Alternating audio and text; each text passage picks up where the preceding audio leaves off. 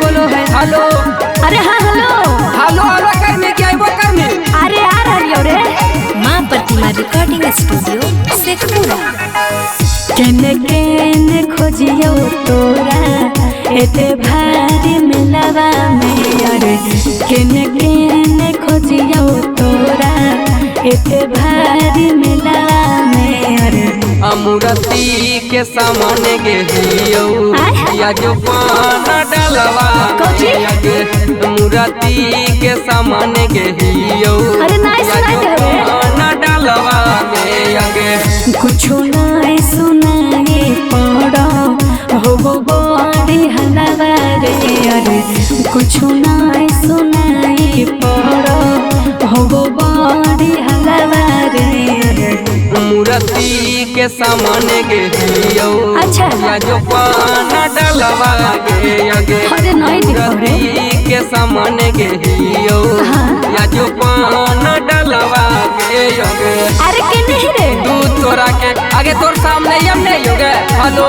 अरे की बोलो हीरा बजिया ना या बहुत साफ वही हीरो गन की गे। हेलो। अरे हाँ हेलो। अरे आवाज ना यार लो साफ से। मिक्स बाय शैलेंद्र बाबू।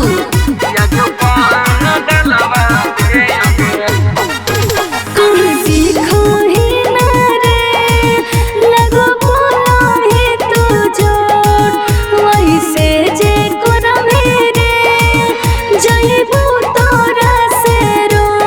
हेलो आगे के बोल रही गे।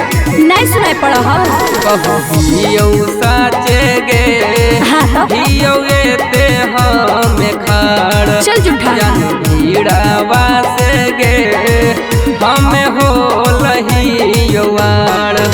लाल रंग दुपट्टा रखले हियो हम गलवा में। अरे लाल रंग दुपट्टा रखले हियो हम गलवा में। अरे मूर्ति के सामान गेहियो आज पान डलवा में आगे मूर्ति के सामान गेहियो आज पान डलवा में आगे।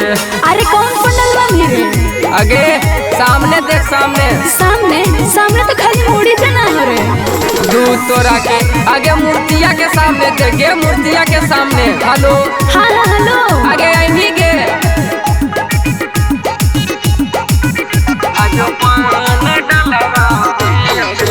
खोज लियो सगरो रे कोई ने ना जा अब जाहिया मोरे घुर के होया अपन गो।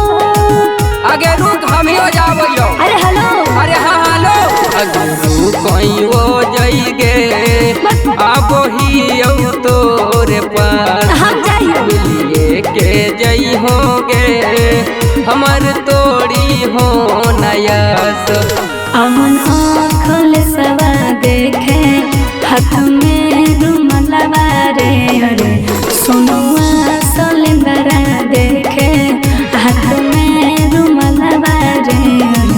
मूर्ति के सामान गेहियो आज पान डलवा में आगे मूर्ति के सामान गेहियो आज पान डलवा में आगे। अरे हाँ देख लियो रख रख रख।